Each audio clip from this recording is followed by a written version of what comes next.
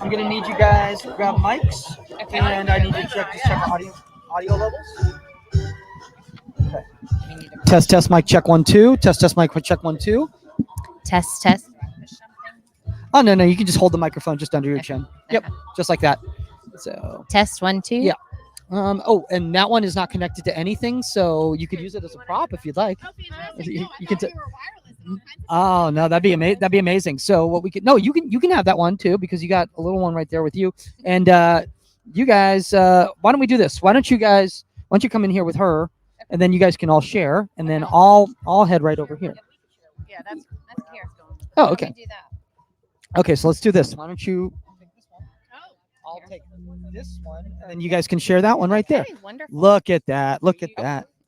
You to hold it. Teamwork going on. And if anybody wants to wear a pair of headphones, they can as well. Too. All right. Okay. All right.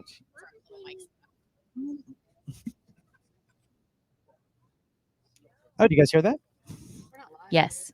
Oh, we are live. Yeah. Oh, yeah. We're live right now. Okay. We'll go live as well too here. Okay, so I am going to mute that. Test mic check 1 2. Can you guys hear me? Okay, fantastic. Perfect. All right. Let's make this happen. Here we go.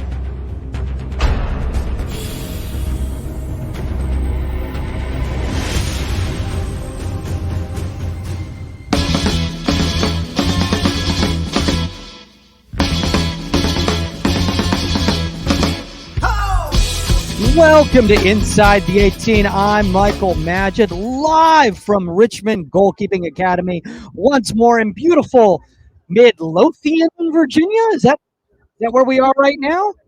That's where we are. We've been having a great time over here. Shout out to Amanda Forrest and Richmond Goalkeeping Academy for all the awesome stuff that we got going on. We got a DJ right now. We got some boy band music playing, so everybody, we can start doing our dances. Get your dances going. Everyone knows the song. Come on.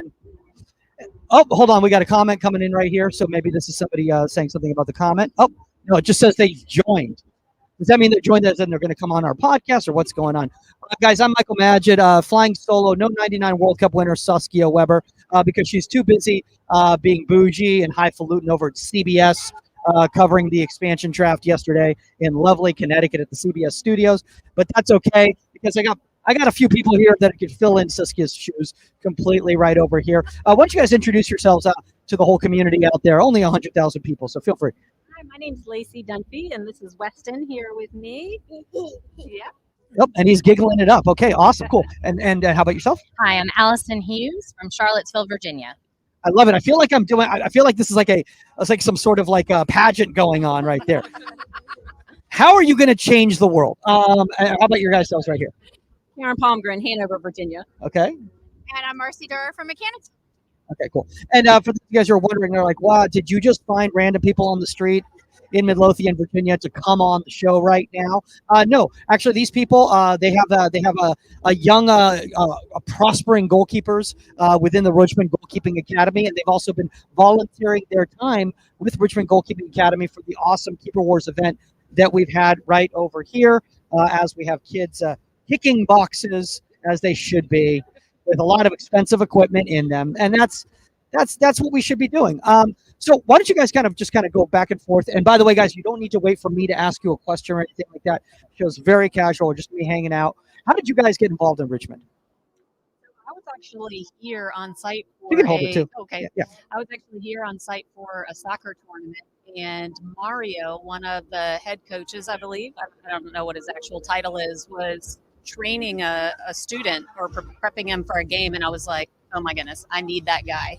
And so he and I chatted, and he connected me with Coach Amanda, and it's been, been great ever since. By context, we're talking about for goalkeeping coaching purposes. Yes, The way you phrase that could be problematic to some people out there. Like, we don't want to get anyone canceled or anyone in trouble. Sorry. Based on these statements right over there. No, he was warming somebody up, and we got Hayden into the academy about a year ago, and it's been absolutely amazing what she does for the community and does for the boys and girls on and off the field. Training them and just how to be good kids and be respectful. It's so important, and she embodies that and brings it to the kids. It's great. And by the way, if anybody's watching right now live out there and they know anything about Richmond Goalkeeping Academy on the Union app right there, feel free to stop in and put some comments in there, some questions in here, because I think the really important thing is, and we have a parents community on the app, because I think it's really important that parents learn how to not coach goalkeepers, but parent goalkeepers. And I think that's one of the wonderful things about something like Richmond Goalkeeping Academy is it seems like Amanda works with you guys to teach you how to parent a goalkeeper. Is that correct? Yeah, that's definitely correct. Marcy, did you want to say something? Yeah, step in. No, I was just going to say that, what we found Coach Amanda, several years ago, 4 or 5 years ago. We've been with her ever since. And we signed with Coach Amanda so that we could get, phenomenal goalkeeping coaching for our son, but we got so much more than that, because she's just, as a parent, you want to teach your kids to be, you want to raise them to be good, kind, strong, respectful, to help others. And she is such a positive role model, and she reinforces, all the kids look up to her, and she reinforces, as a parent, what you want your child to become. And so you can't put a price tag on that. So we just, can't speak enough, how much we love her. No, but if you want to put a price tag on it, guys, you just go to Richmond Goalkeeping. No, I'm totally kidding. Totally kidding.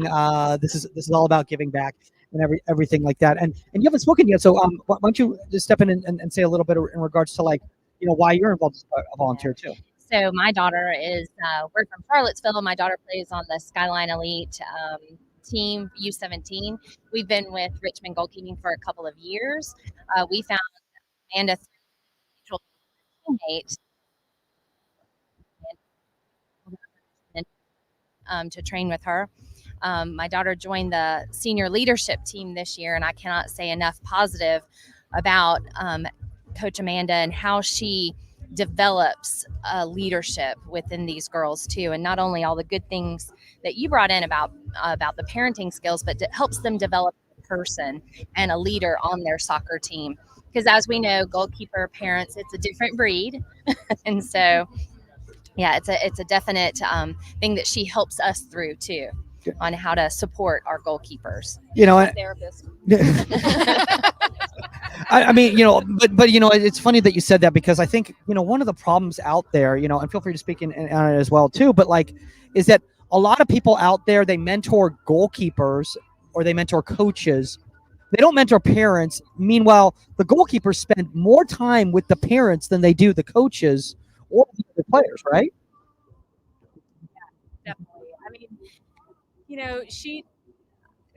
I'm frequently texting and talking to her, and she's like, Coach Hayden on this or Coach Hayden on this, but she also pulls me back and wants me to let her do the work, and I'm appreciative of that, because I've got 4 boys and I need all that I can get from her. But I think, one of the great things about that is it's about life lessons as opposed to goalkeeping lessons, because I don't think a lot of people recognize this out there. And I'm sorry to all the young goalkeepers out there who are listening. There's a better chance that you can become a great human being that gives back to the world than you're going to be the starting goalkeeper for Real Madrid. And yeah, exactly. And but it's really difficult to tell a young player that. So if you can incorporate it through something like goalkeeping, that they're enjoying this experience and everything like that, they don't even realize they're learning these lessons, right? Well, and some of the lessons that they're learning, it is on the field, but they're so transferable off the field. And Amanda and all of the coaches with Richmond Goalkeeping, they're training our kids. And my daughter's 14, and she's been with Amanda for about 5 years. And I'm watching her learn how to lead. And yes, she's learning how to lead through goalkeeping. Amanda's going to teach the kid a drill. Then she's going to ask that same goalkeeper to go and teach that drill and lead that drill with a younger goalkeeper. And it has nothing to do about the drill. This is something like really in life. It's like, how do I lead people and be a positive influence and cheer each other on and support? I mean, even today, my daughter got walloped in her first match. And the next thing I watched her do was warm that keeper up for his next game. Wait, what? Yes. Hold on. Wait, hold on. I think we've literally found like Mother Teresa, sure. But a goalkeeper that loses and then is like, you know what? I'm going to warm you up. Because it's about what's next. That's amazing. It's not just about That's the game. amazing. That's really, that's okay. All right. Well, that man has a large stick with a very big, heavy lens on it, so I'm not going to disagree with him in any way whatsoever. It's funny that you said that about in regards to like, it's about the longer journey because the thing is that like a lot of kids, they have a myopic view of everything, right? Because the thing is like they're like, oh, I want to start on my team right now, or parents a lot of the times are like, we need to be number one in the region right now. It's like your child's 8. Like, really doesn't.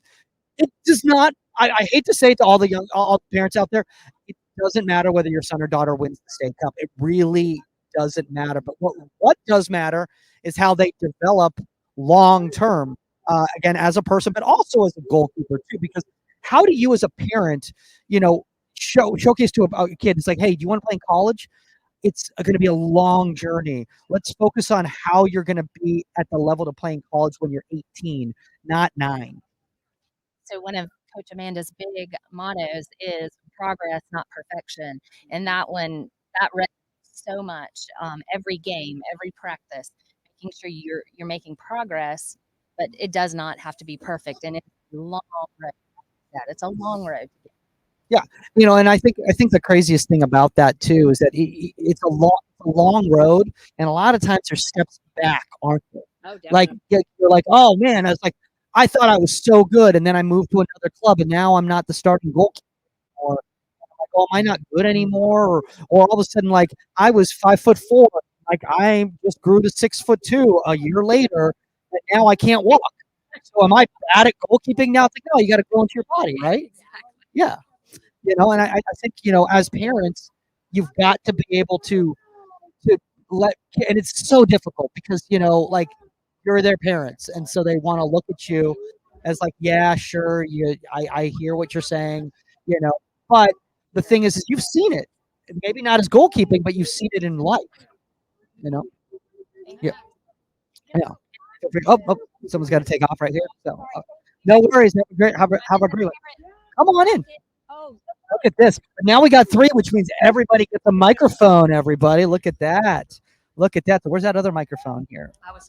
Oh, you were sharing. Oh, okay. Well, I guess you guys could still share right over here. So let's talk about something like goalkeeping, parents, and there's a Keeper Wars parents division. I've never seen this before in my life. Is that where she's playing? She's playing? Yes. She's playing in the thing. Oh, my God. It is a first this year. I think it started off of a spinoff of a few jealous parents last year. Okay. Who really wanted to get out there and maybe just jealous adults. Okay. The kids were having all the fun. Okay. And the pros come out and play and show off, tell us all, exactly what we're striving to do. Yeah. Some of the parents who may or may not have been athletes, but I can still do that. Yeah. I got this. Yeah. So this year they have the chance to, I still got this. Cool. Yeah. I'm not going to lie. I just watched one of our friends' dads steal his kids' gloves. Oh, my gosh. Okay. We got to talk more about this. So can you hop in a little? Let's scoot over here. Let's move that chair over so everybody gets on camera right here because we're missing you out on camera here with all this craziness going on here. So let's see if we can get everybody on camera right here. I'll pan this out. Right. Oh, look at that right over there. By the way, everybody who's watching this, I'm not trying to look cool. It's the glare. I don't have sunglasses on. So I'm like, okay, well, I have a beanie on because it's cold. And then I got to put a giant hat on with a big brim to cover the sun right over there. So we're just scooting a little bit. Let's scoot a little bit more right over here. So I want to talk a little bit just in regards to like the journey and like any advice that you guys all have. And I feel for anybody can step in right here to parents out there who are new to goalkeeping and this journey? Like, what would you say to a parent whose child just came from rec into a competitive environment, for instance? Well, my kid is actually still in rec. What? Yes, he is. We can't put as much into it as we would like with so many children. And I think that's what's been really helpful for me is to get Hayden into the goalkeeping academy, to give him a chance to get extra training and coach Amanda. So I think that's been the big game changer for him. He's getting ready to go into high school, and I think it's really taken him to the next level. Okay. But yeah, so we're still in rec, but it's changed his world. It does. Yeah. It does. I mean, and that's with you. You got to find what mechanism works best for you guys. How about yourselves? Any specific advice you would give the audience out here? I would just say, you have to put the work in. You definitely have to put the work in. It's not going to happen overnight. And check. If you have a bad game, everybody has a bad game. I mean, but yeah, keep those priorities in order and keep working hard. Yep. So I think it's about encouraging, but sometimes for our kiddos, it's encouraging by maybe not saying a whole lot, just being there and letting them decide when it's time to talk. It is hard, bad games, transitions in clubs, coming in off of a bench. If your kid's never ridden the bench before, it's an experience and they need to learn it. But that's a hard conversation, and you shouldn't, as a parent, you got to let your kid talk when they're ready to talk and just be there to listen and support. And sometimes it's like, you know what, kiddo, I hear you. And let the kid, kind of, your child's going to do what they're going to do. They're going to talk to their coach when they need to talk to their coach. They're going to talk to you when they need you. I want to bring up this topic right here because I think these are all really valid points. And the topic I want to top on is parent etiquette with coaching staff. Because the problem is, I think a lot of the times when it comes to parent communication with coaches, I feel like a lot of young coaches out there, I want you guys to hear this. You're talking down to the parents, and that in itself is also disrespectful from the opposite standpoint. So you all have to understand there has to be a mutual respect from each other's side. Because if you act with a parent like they don't know what they're talking about, or a parent goes to a coach as if they don't know what they're talking about, each side is coming from the defense. So any advice about anybody who's ever had difficulties with interactions with coaches? I feel like I've been pretty lucky with our coaches, and I'll say with Coach Amanda, I'm appreciative because I know she knows her stuff. So I just sit back and do nothing. Like I'm out. I'm the mom. I'm the keeper's keeper, as her sweatshirts over there say. Yeah. She knows what she's doing, so I kind of step back. I haven't personally had any negative experiences. But. Okay. I mean, I have two boys who play soccer, one keeper, one field player. We've experienced all different kind of coaching styles. Definitely, some coaches are better than others, but as a parent, it is. You have to know when to step back. You always let the coach do their job, and then if there's an issue, you always encourage your kid to go to the coach first. I'm not of the mindset that I need to, go, to the coach over every little thing. Again, mutual respect that you were talking about. Yeah. And, but as a parent, we also appreciate open lines of communication with the coaches. And I think that's important. Not that we have to know every little detail, and I don't need to know why a coach does what he does, but if we have questions, I appreciate communication. Yeah. And I think, one of the difficulty things, out there, and it's a trend that I see in grassroots soccer a lot, is the, for lack of a better term, the prestige chasing. So players are moving from club to club because the parents feel it's more prestigious. Is that really helping the development of the goalkeeper, or is it just because the parent can now have that little logo on their quarter zip, where they're at the field, And I think it's really important when you have an environment like this. It's independent. There is no team. There's no Richmond Goalkeeping Academy team. So everyone out here is here for the same reasons, for the enrichment of the young goalkeeper, right? Absolutely. I couldn't agree more, Michael. And one other thing I'd even add on, listen to your kids, have your eyes and ears open. Look at the team chemistry. I mean, A goalkeeper is only going to be as good on a team as the other 10 players on that field. Absolutely. And if those 10 players are at each other's throats and your keeper is being told that it's their fault they got scored on, they're the last line of defense. First line of offense, too. Yeah. And they are part of that team. And that is one of the most important things I think that even Coach Amanda talks about is communication. We went through a whole session of training. I'm not sure we touched the ball more than 50 times because it was about communication. That goalkeeper's communication to their team is critical to the team's success. Topping a club isn't going to change if they can't communicate and if their team doesn't respect that communication. Yeah, by the way, that was actually making me think. Just like brainstorming right now, I think another a town hall that we should do on the in the parents community on the GK app, on the Union app, should be about how to have parents understand how to work with other parents in the club environment. Because I think the problem is that the outfield parents use the parents as an extension of the young goalkeeper on the field. So if it's going well, then you're their best friend. If it's not going well, then you're the reason. Then you're the problem. I actually had a parent come up to me and tell me to my face that, oh, everybody knows that, it's the goalkeeper's fault if we get scored on. Like, really? I didn't know that. And I'm the keeper's mom. Yeah. I didn't know that. Yeah. Well, I think the massive thing out there for anybody out there listening who's a parent and they want to talk to their young goalkeeper. I love what you just said right there in regards to the first line of offense and also last line of defense. I always say, one of the best coaching behaviors you can teach a young goalkeeper is that to understand that if the ball even gets to you out of possession on the defensive side, that means somebody already made a mistake. Otherwise, you would never even see the ball on defense. So think of it that way. If that's the case, it's never your fault because it ended up with you, which basically means you're the last line, as in like a case of emergency, break glass, make this final action, hope you can keep it out of the net type of a thing. Seriously, though, you're a fire extinguisher is what you are. You're a fire extinguisher. And by the way, for any parents out there who are dealing this with the club team and everything, I want you to really stress to your young goalkeeper and to the other parents, don't isolate the goalkeeper. They are part of the team. They should be doing the activities with the team. I see it all the time in the grassroots level. Goalkeepers training in isolation. They have nothing to do with the team ever. The only time they ever get incorporated is finishing drills. Well, guess what that's going to do to the mental health of that goalkeeper? I can't stop anything. Why? Oh, because they're shooting it from 3 yards away, slotting it on you. Yeah. So anyway, I'm going to get off my soapbox about that right over there. As we start wrapping up, I just want to ask a quick question. So what age is your goalkeeper? 14? Yeah. 17? 14. 14. Okay. So we're talking about high school age goalkeepers right here.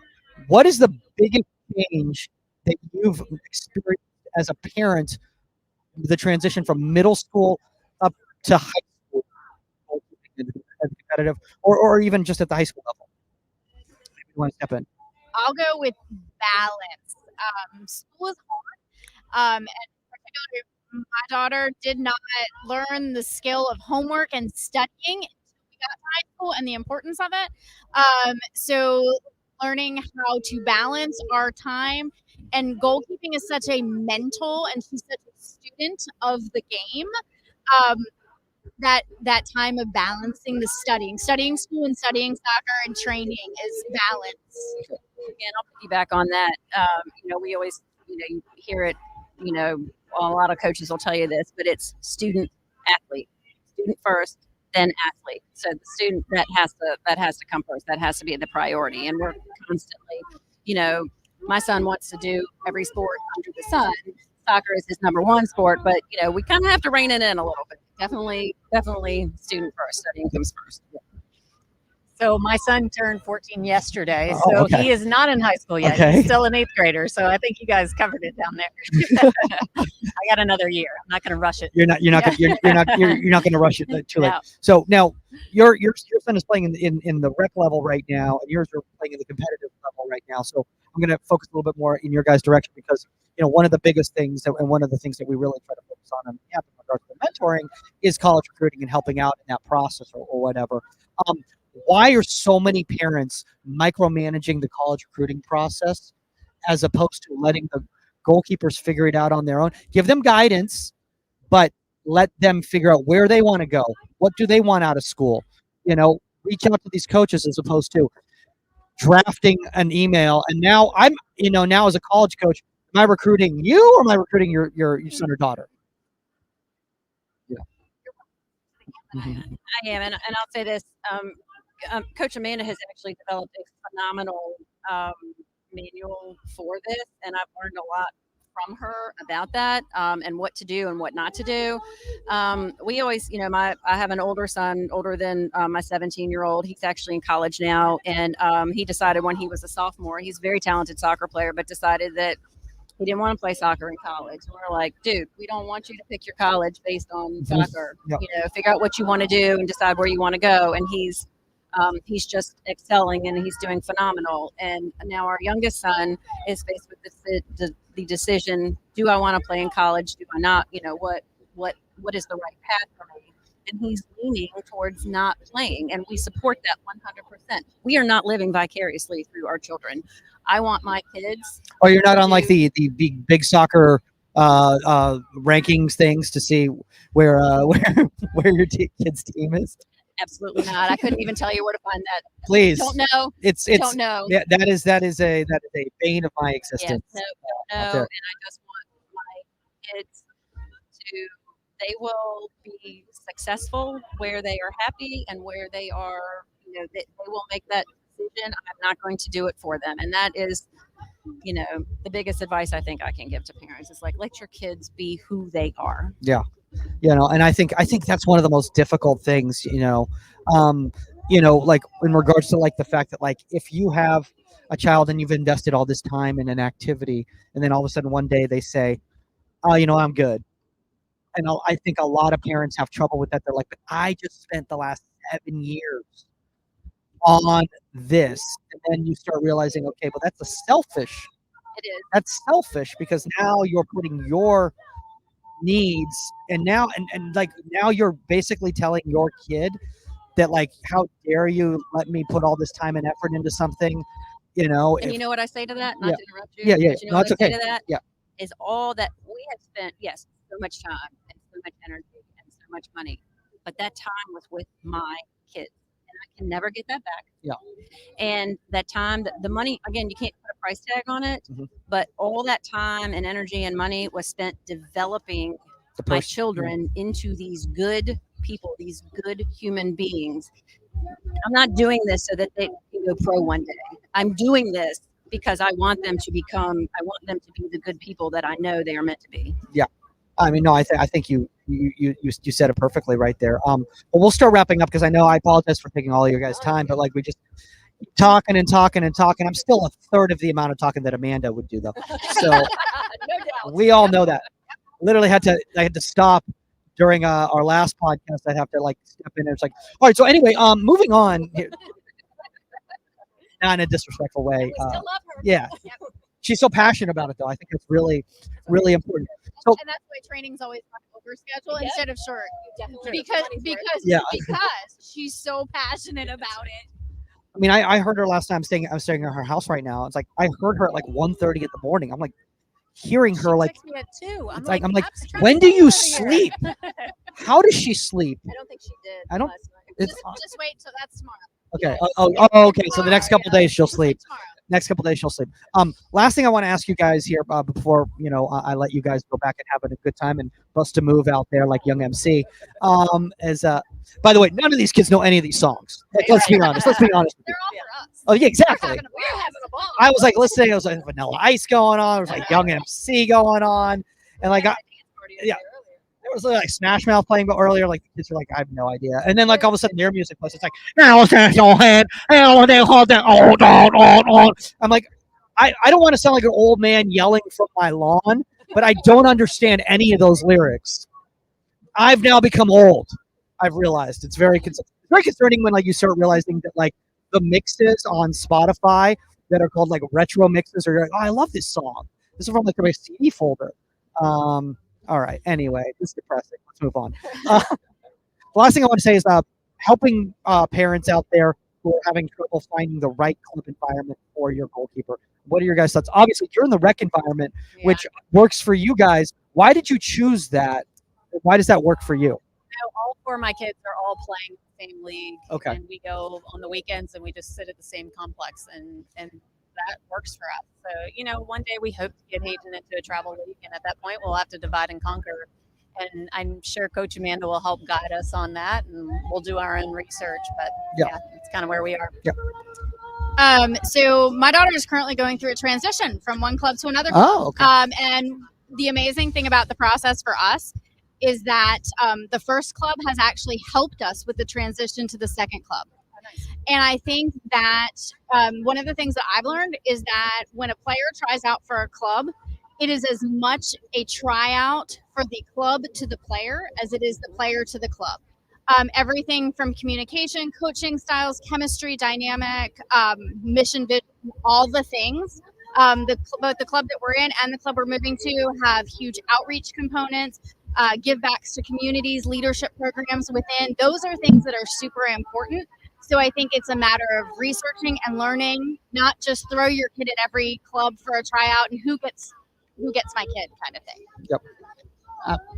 Yeah, I'll just say my son has been with the same club since I can remember, and he did recently have an opportunity to. He tried out for a much higher level club, and he just decided that it wasn't for him, and he had an opportunity to play with a team that several of his friends were on that he played with for years, and if he knew for sure that he wanted to play in college, he probably would have moved to the other team. But because he wasn't sure and he knew he wanted to be with his friend, and he had this good solid relationship with his team, he decided to stay with them. So I think it's just, you just gotta let your kids figure out what's the right fit for them. By the way, I want a lot of people out there to listen right now. If your Message is coming in from Amanda. oh, we got to wrap up. You got to wrap up. Okay, gotcha. Good to know. We got 4 minutes. 4 minutes, everybody out there. And I just want a lot of people out there, a lot of parents out there who their child says, hey, I've decided I want to step away from the game right now. I want to take a break or whatever. That doesn't mean that they've decided they're forever going to step away from the game.